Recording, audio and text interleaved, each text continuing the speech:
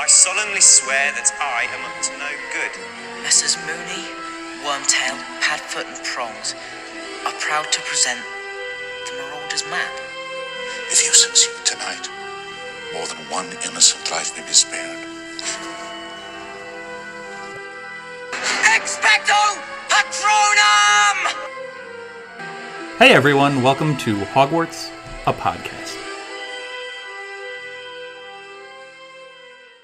Hey everyone, I'm your host Dan, back again with another episode. We're covering Chapter 2 of Prisoner of Azkaban, Aunt Marge's Big Mistake.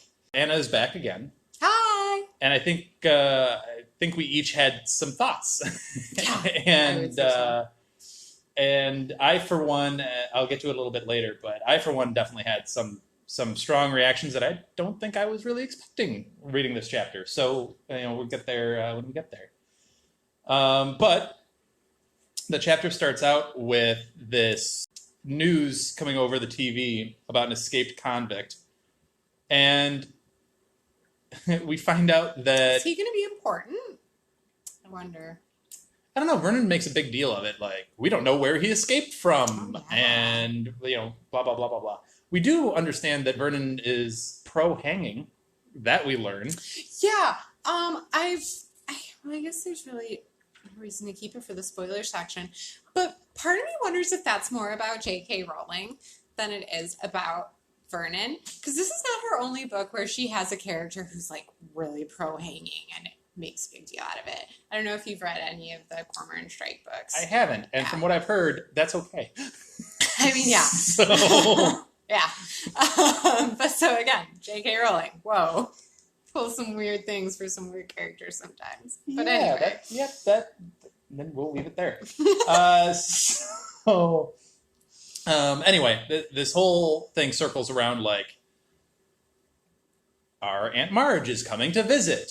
And Harry immediately dreads every moment of it because his experiences have not been great. And Vernon creates this whole persona of, you're going to be going to St. Brutus's Secure Center for Incurably Criminal Boys. Which, reading that, like Harry, I'm like, that's a mouthful. How are you supposed to remember that on cue? Okay. And they have this back and forth of being like, well, I have this permission slip that I need signed. Which that I had a whole bunch of different feelings about, too.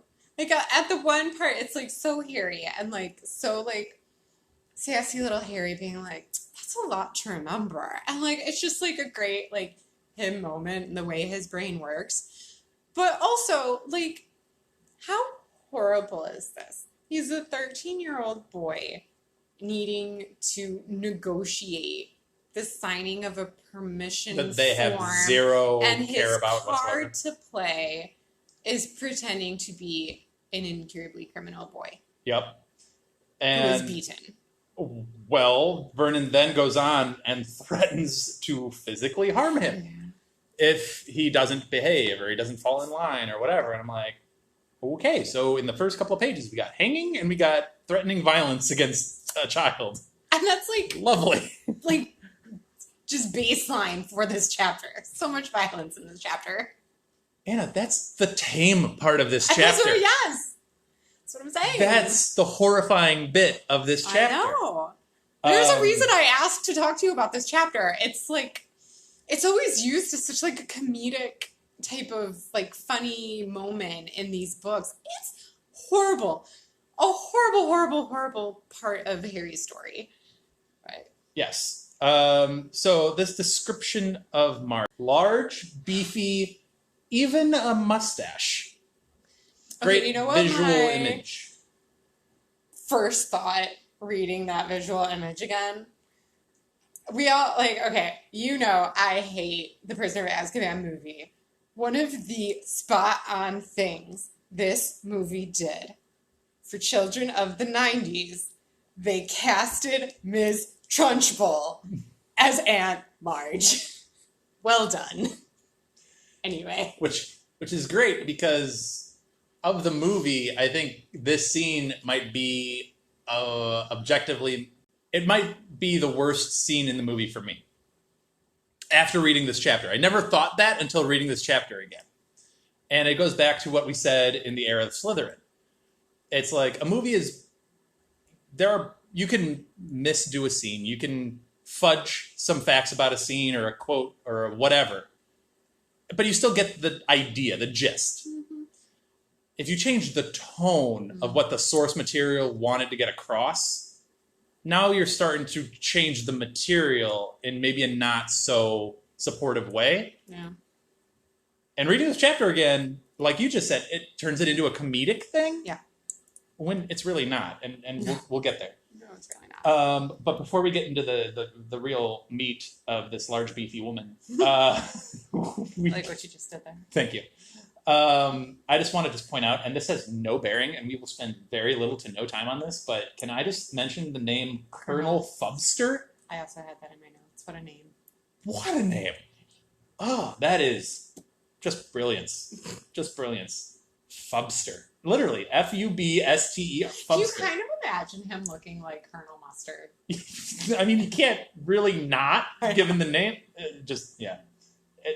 It's like you hear that, and you're just like, so you're talking about a fake person. Like, you're not, that's not a real, whatever. Anyway, let's get into this Aunt Marge experience. And I guess just to kind of start this off, look, I haven't read Prisoner of Azkaban in a very long time. A very long time. And I don't really remember, I talked about experiences, like reading it on the beach in Florida and reading it with my grandma and stuff like that.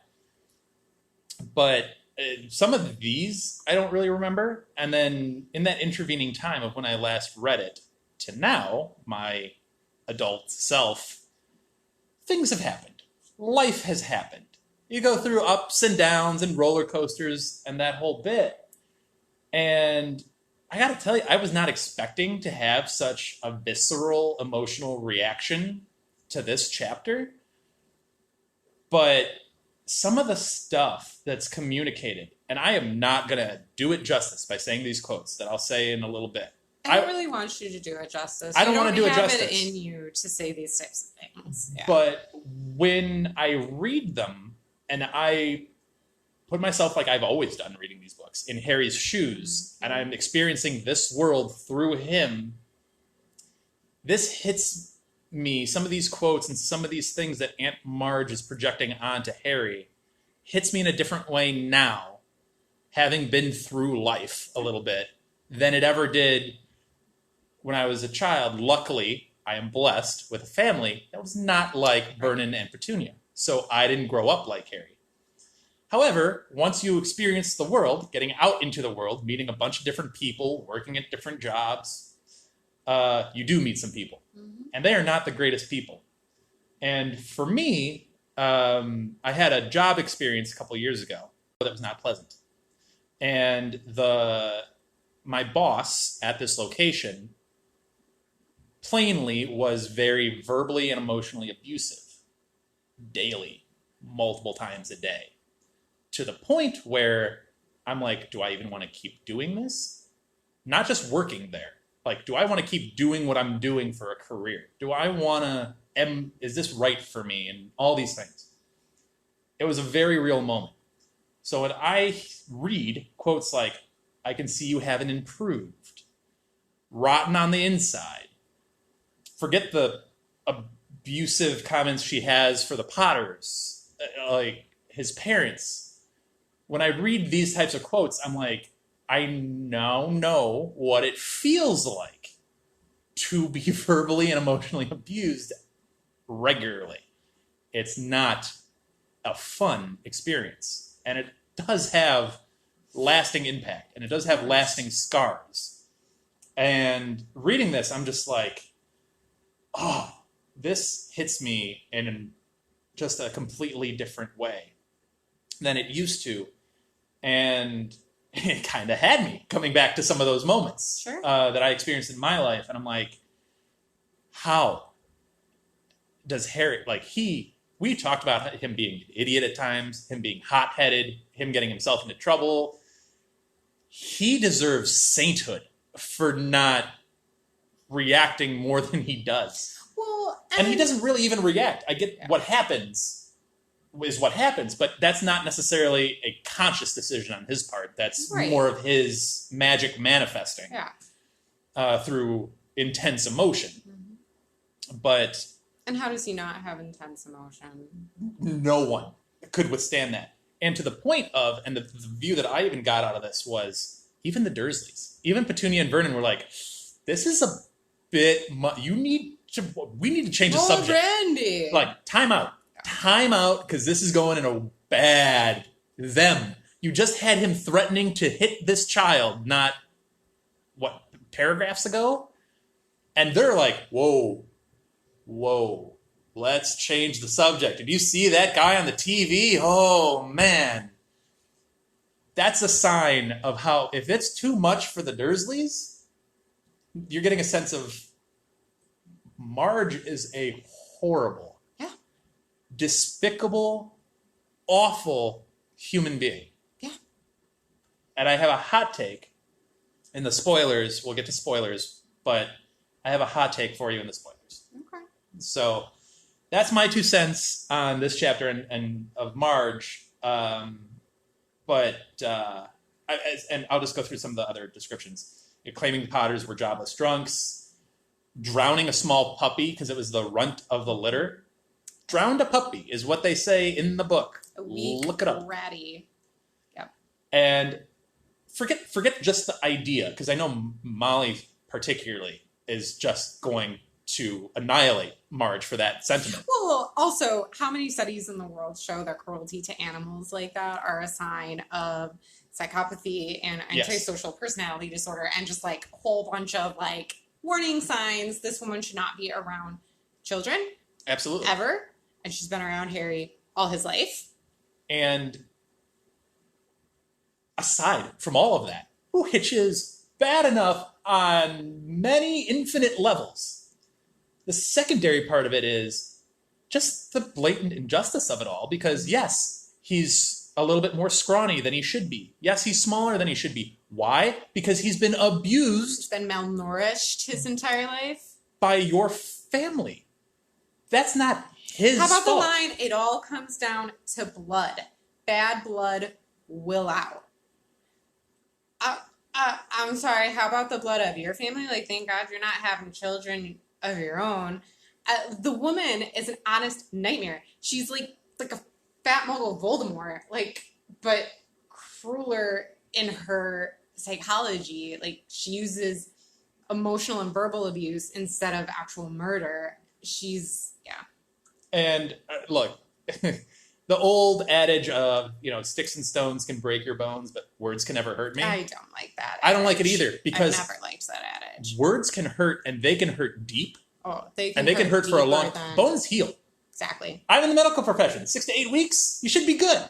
Unless it's a really bad break, but still, a couple months, that'll heal.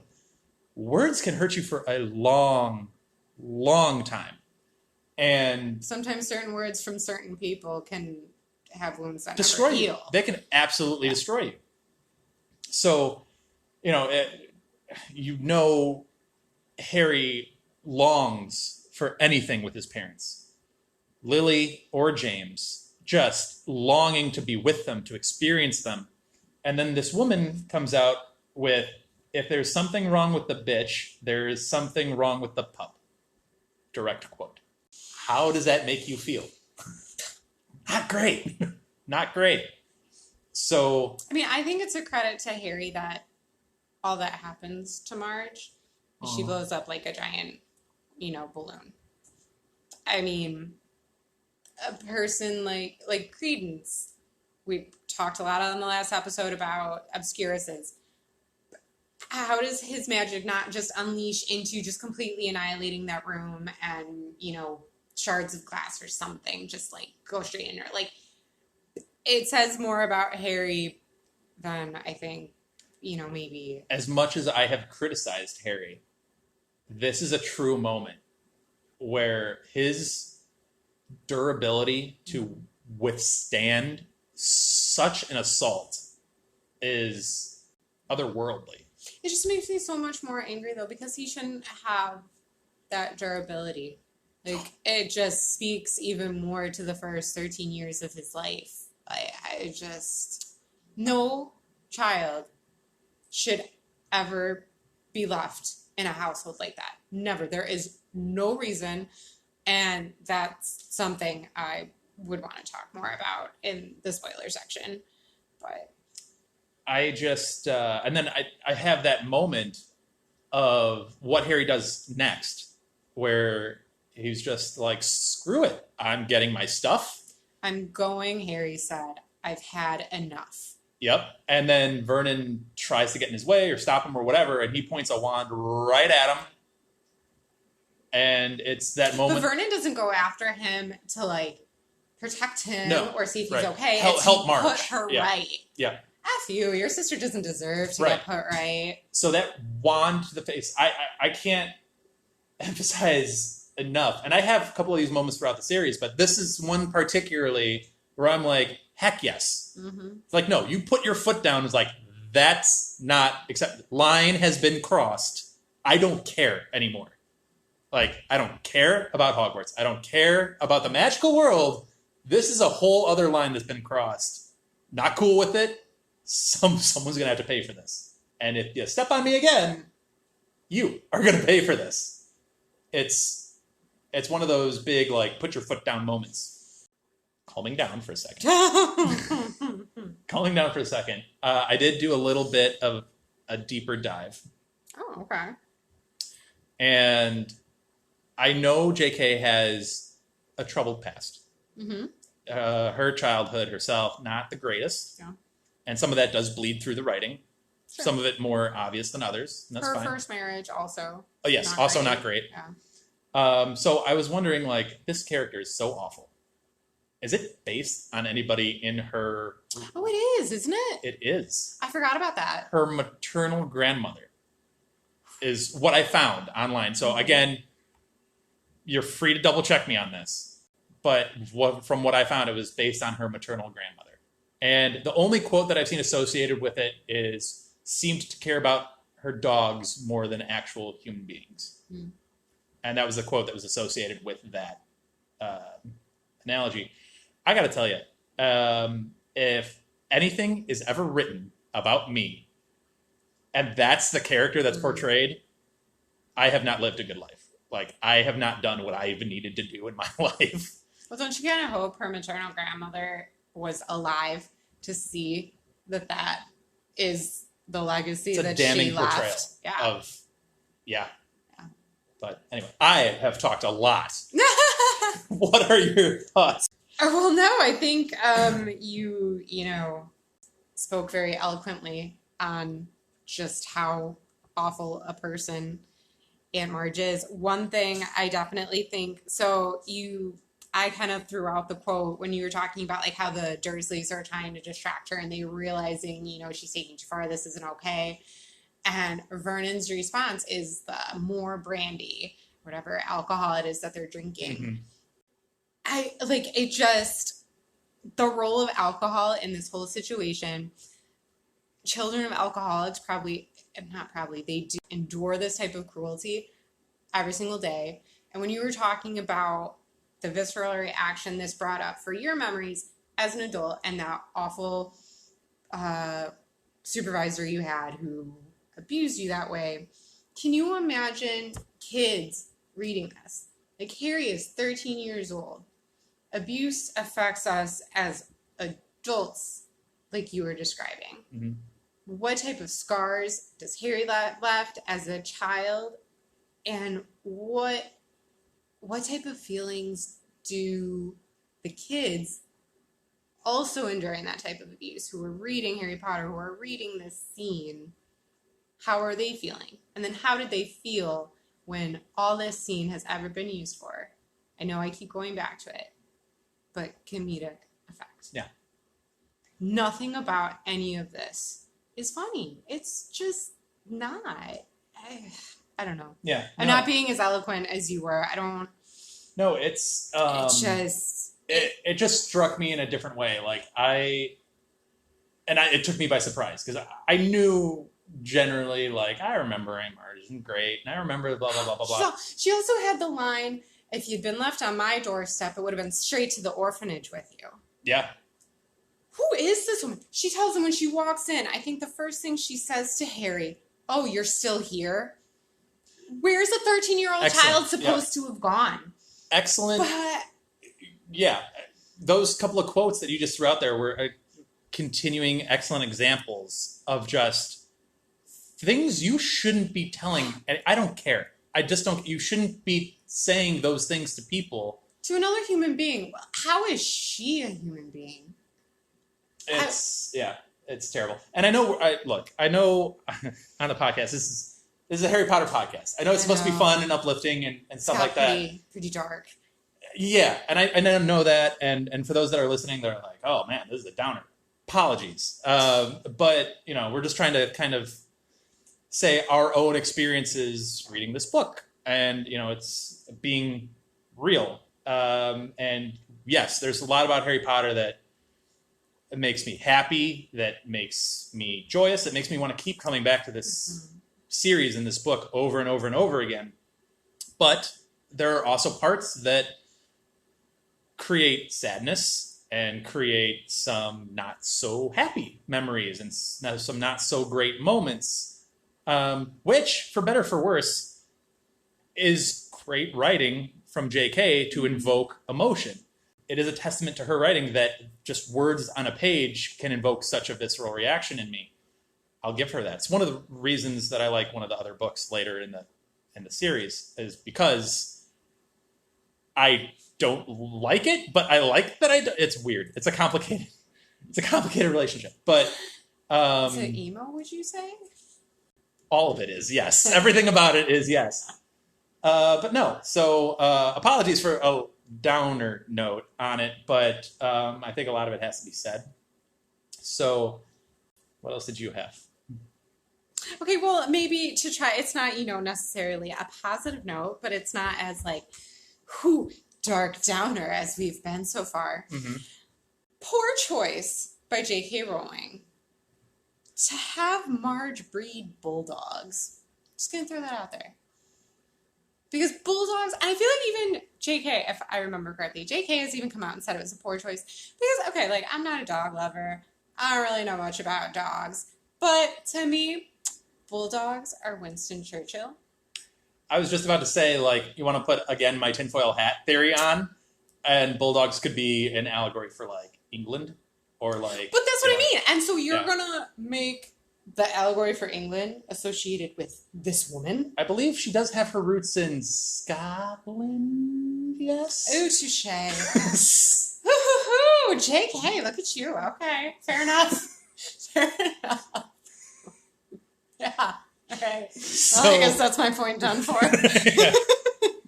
I love Winston Churchill, so... okay. There's layers to that. Never mind. We do love our history and our geography here, Anna and I, and we are very apt in the history of Scotland and England, and they don't like each other.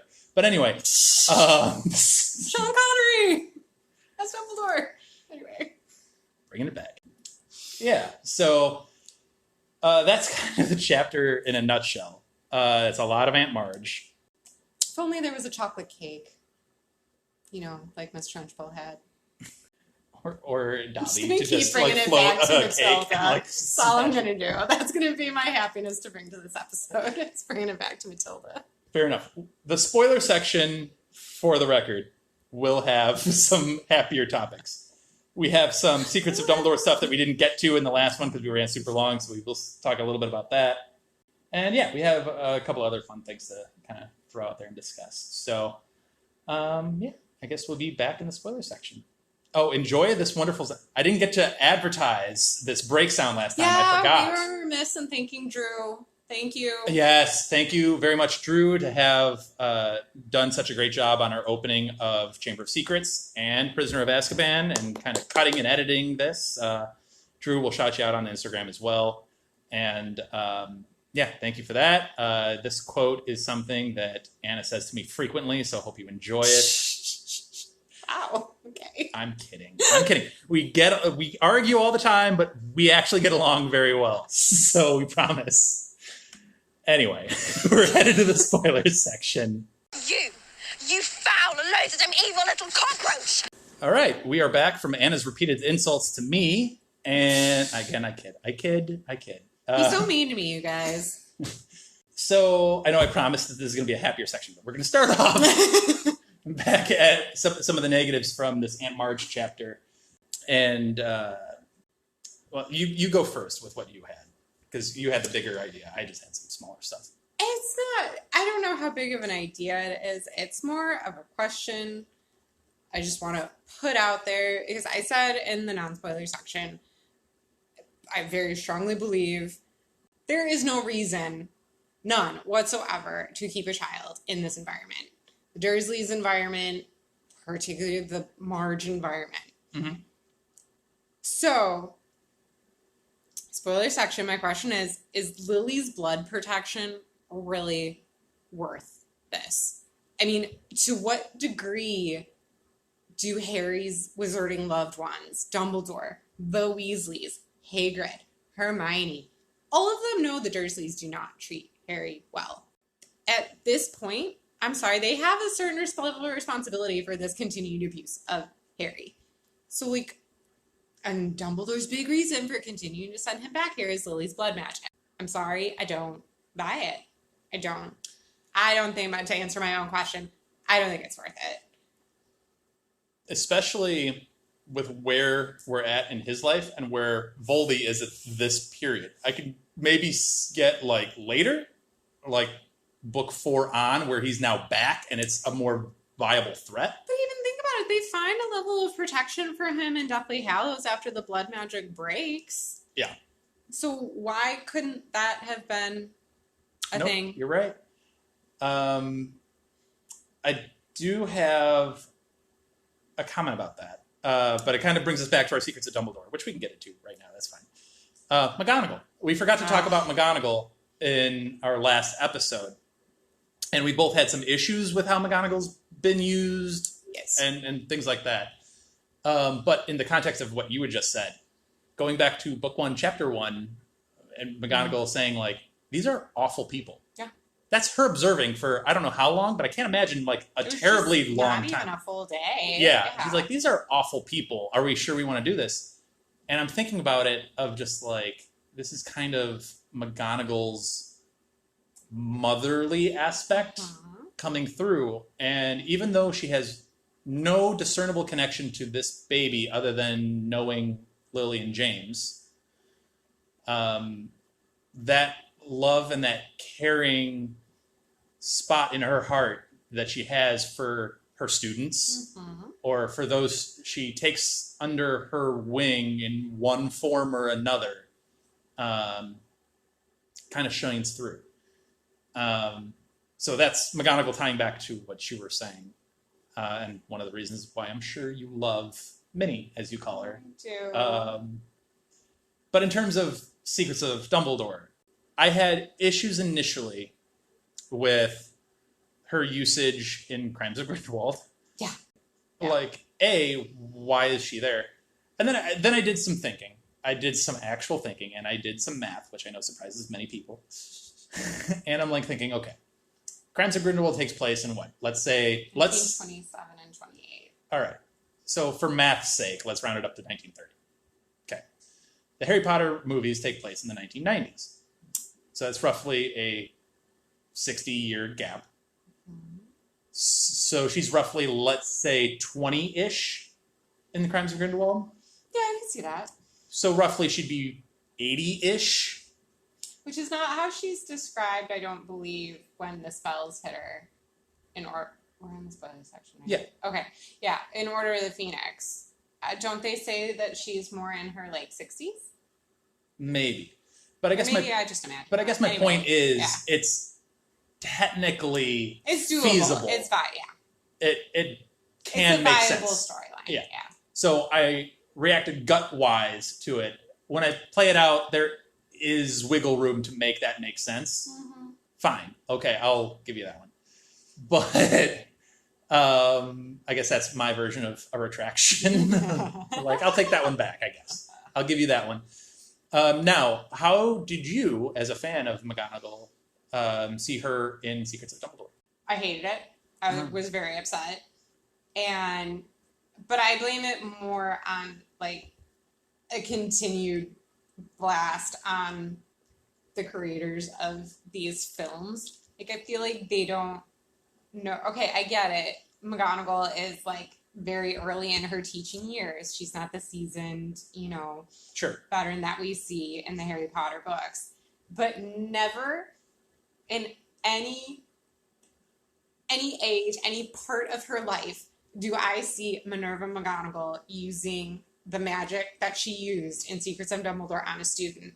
She like muted Crimes of them, Grindelwald. right? She did that in Crimes of Grindelwald.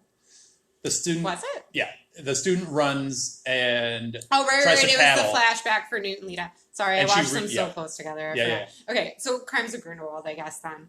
Fine. No, I But, agree like, with you. that's That. just not Yeah. who McGonagall Sure. is. And then, like, okay, fine. She came and found Dumbledore in Secrets of Dumbledore at the Hog's Head. Like, I don't know. I don't feel like they're doing much with her. I feel like they're just trying to insert a beloved character into the series to give us some more part I in agree the with that. series. And I wish they wouldn't. I agree with that. Kind of like McLagan and Travers and little Yeah. tidbits that they gave you in Crimes. My issue with McGonagall in this one was, well, the age difference between Albus and her seems off in this one. Because Albus is older, like what? Would you say like 30s, 40s, seems like? He should be somewhere in his 40s. Yeah. And she's very young. I'm just like, is that big of an age gap? I never thought of it as that big of an age gap. Oh, I did. But she looks at it as a very subservient to him in a way. Like, I know she's already put him up on a pedestal. Yeah. But like, oh, you mind taking my classes? Yeah. Like just, Wow. you know what I mean? Like, someone's gonna have to take my classes. You got this? All right. Like, cool. I don't know, that fits to me. Like, I don't know. It's like you said, McGonagall always had him up on this pedestal. Yeah. Like, I feel in my mind, she's kind of like an Albus Dumbledore fangirl. Yes. So, like, and Yeah. she knows he's out there in the broader world fighting some demons. So, like, Which also, like, the other thing about this, and it's maybe too subtle, but they do nod to respect of a very young McGonagall when Aberforth is like, didn't you read the sign? Sod off. oh yeah, And then he comes back and he's like, sorry about that, Minerva. yeah. Like, No, my you're bad. so right. That was a pretty good moment. Yeah. Yeah, and it's like, even though she's young, she's clearly earned respect and adoration of older, more established wizards, even though, Aberforth is doing what he's doing, but he's still obviously commands a little bit of respect. Right. So that was just an interesting kind of moment where they just give her a nod of like, my bad, didn't mean to do that. Apologies. When has Aberforth ever apologized for anything? Like, never. Okay. But he apologizes to her. So it was just a little nod to her kind of prominence. Mm-hmm.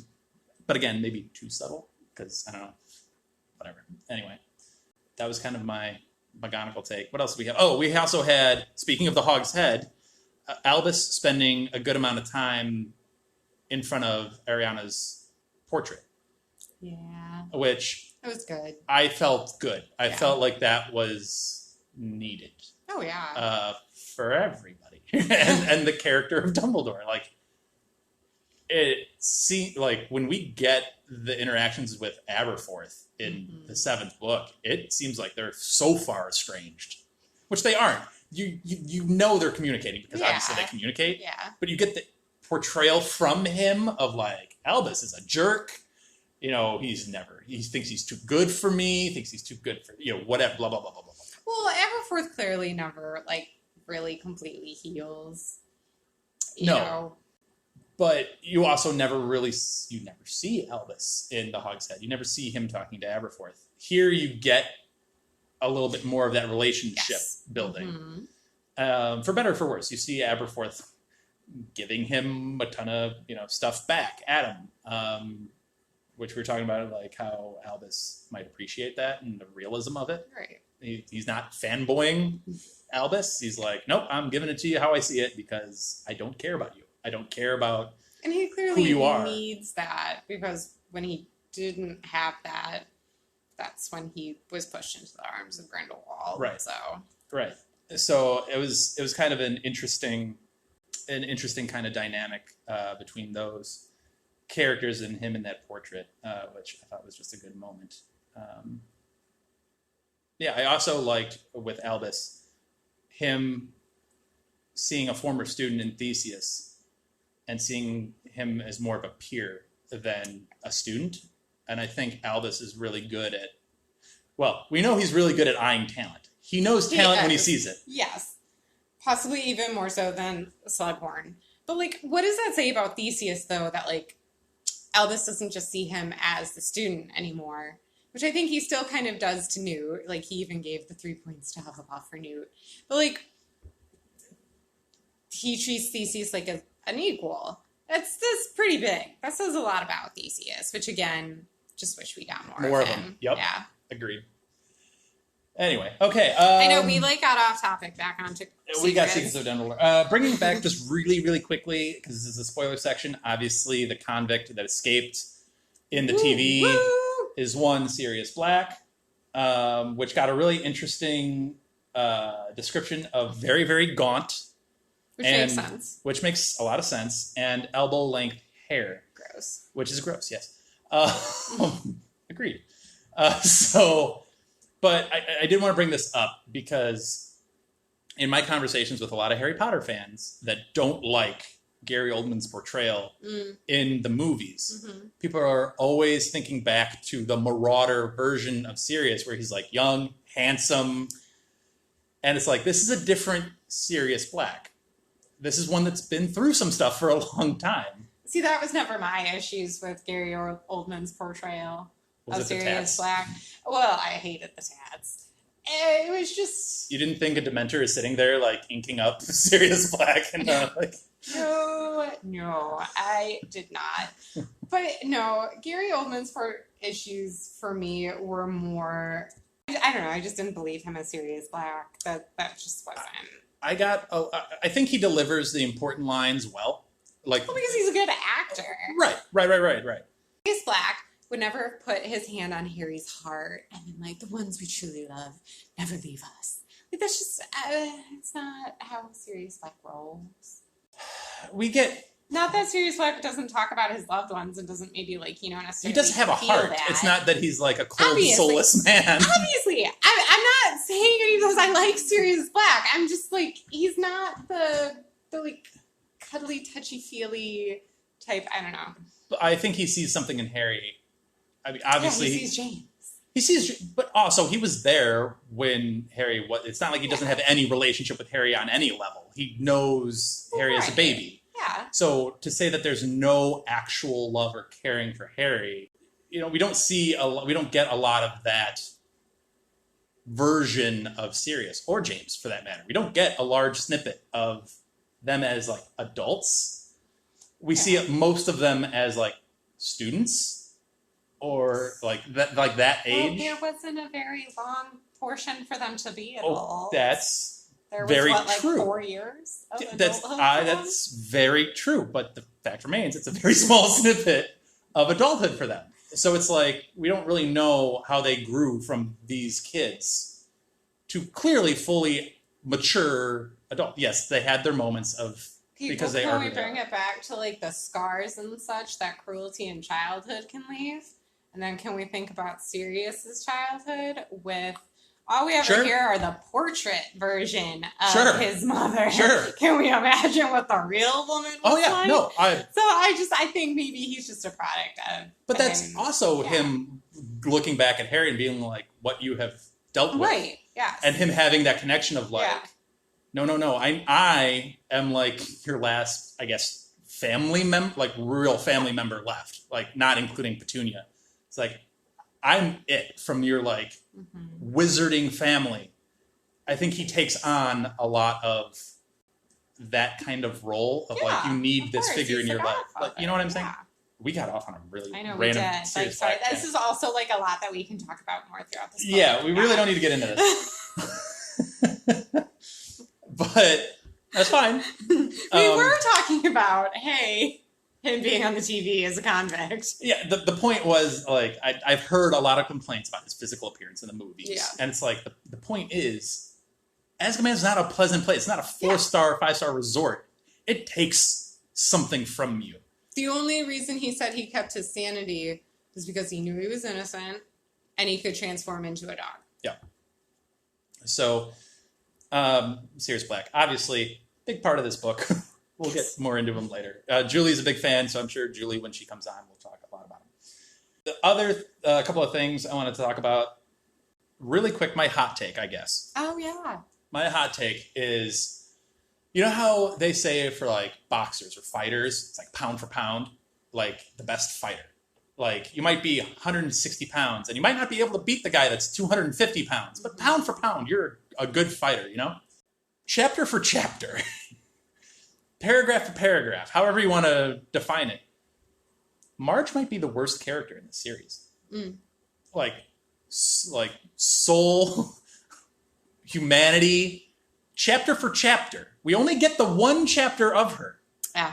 Yeah, she never comes back ever again, thank God. And we get a ton of Oldie, and we get a ton of Umbridge. And those are usually the two universal picks for who's worse. Marge really needs to be in this conversation. She should definitely be a contender. Oh, yeah. And she only gets the one chapter, but she makes a dent. Yeah. I mean, she really puts it on you in one chapter. So, I mean, if we're doing the whole, pound for pound, chapter by chapter thing, I think she's got a shot at this. Yeah. So, she might not be as... I don't know if I put her ahead of Umbridge. If she had the power that Umbridge ever... If she had the power that she had, do you think she'd abuse it like she did? I think so. Oh, yeah. Obviously, she would abuse her power. I mean, it's definitely a fight. I definitely think it's more of a fight between Umbridge and Marge than Marge and Voldemort. I would want to face off against Voldemort over Marge any day. Wow. Big words. Hot takes. I love hot takes. No, but it's an interesting conversation. And after this chapter, I think people shove her to the side because she's a brief character. But my goodness, she leaves a mark. Yeah, she does. Speaking of leaving marks, we've kind of talked off podcast about the idea of Harry being a Horcrux. And Horcruxes in general, we've talked about on the podcast, about different powers, different abilities, different traces they leave around them. For example, the locket kind of deepens any anger, fear, or anxiety, insecurities, all negative things, and it just amplifies. The diary, obviously, if you've hung with us for Chamber of Secrets, you know the effects of that. So there's different levels to these Horcruxes. So Harry being one himself, does he have any impact on the Dursleys around him negatively? And the reason this is brought up is before people just start yelling at me. Again, you, Anna, actually showed me an article or a series of tweets or something like that where it makes that argument. It's like, are the Dursleys really that bad? Right. Harry's a Horcrux. Horcruxes are known to have adverse effects on people around them. Maybe the Dursleys are just, not saying they're good, they're bad. Right, obviously, those Horcruxes amplified something that was already in them. Right. Not saying the Dursleys are good. Bad people. Yeah. Right. It just amplifies. Right. And I was actually talking to Molly about this today. Hi, Molly, if you're listening. Hi. So I was talking to this with Molly today about her thoughts on this. She said she doesn't buy that theory. And here's why. Okay. A, the Dursleys are terrible people to begin with. Yes. So there's already that inherent level. 2, wouldn't that also mean that Harry would have adverse effects on Ron, who he spends an unbelievable amount of time with? They're in the same dorm. So if you want the other people that he shares a dorm with. Sure, Seamus, Dean, Neville. So that kind of throws the idea out, like, well, yeah, but he's living with the Dursleys. Well, he's kind of living with that Gryffindor common room. Yeah. If you don't want to say Hermione because they are separated, fine. Well, you could also say Hermione. How much times do they end up living in the Burrow for a huge chunk of the summer? Right. Grimmauld Place. So, yeah. I thought it was a good point by Molly that is probably accurate. I think that's true.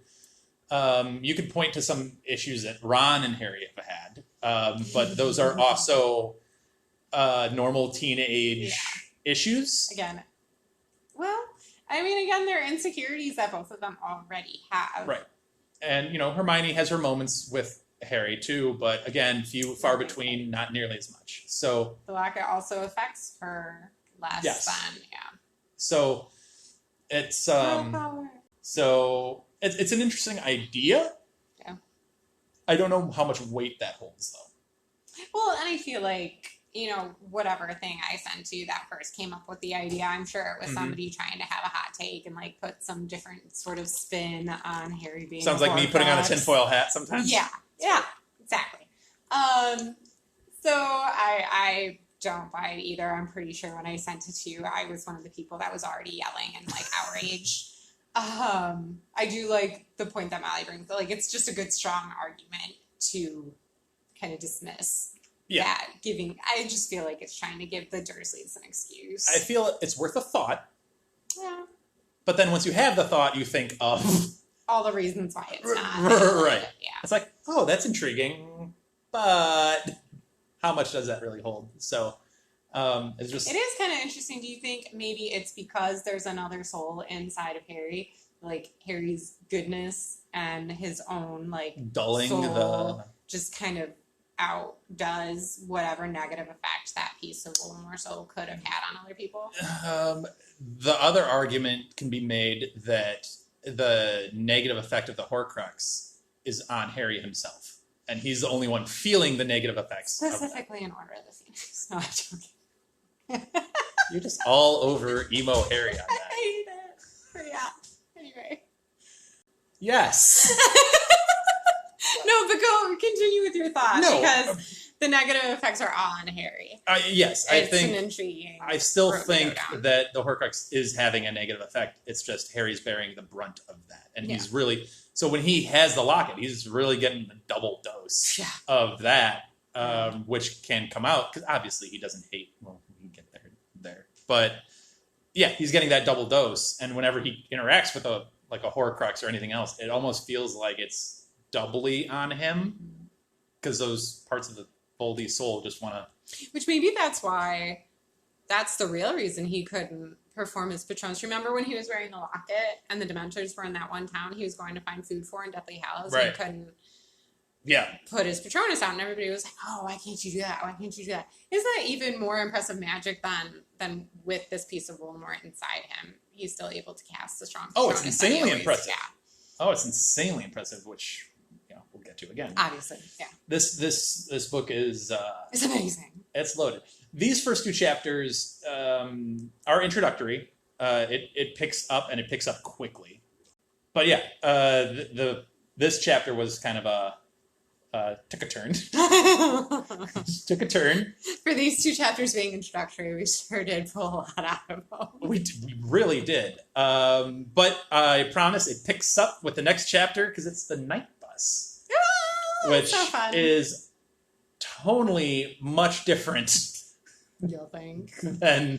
than this chapter. So okay, I'm not going to be on the Night Bus chapter, so I would just like to throw out right now. I hate the Jamaican head. Okay, I'm done. that was your aggressive hot take from Night Bus. I could give you lots of hot takes about how much I hate the Prisoner of Azkaban movie and how much they ruined this amazing book, but that's all I'm going to say right now. Okay. Spoiler alert, Molly will be on for the Night Bus and the Leaky Cauldron chapters, the next two chapters. I love a good Molly chapter. Yeah, and then I think Elizabeth is scheduled. We've had to schedule out some chapters because, my travel schedule, so yay. But yeah, I hope you enjoyed this chapter because, it is a good chapter. It's a lot of great writing from J.K. It's just not a particularly happy one. No. So we hope you enjoyed it. Let us know your thoughts on it. Interact with us. Anna continues to do a great job on Instagram. And Elizabeth does a great job on the Twitter. Thank you again to Drew for helping out with the intro and the break sounds and all of that audio, sound, tech stuff. We appreciate it. We will see you on the next episode. Thanks, guys. Adios. Thank you for listening to Hogwarts, a podcast. If you like what you've heard, please click the subscribe button on your preferred podcasting app and follow us on Twitter and Instagram at Hogwarts a Pod.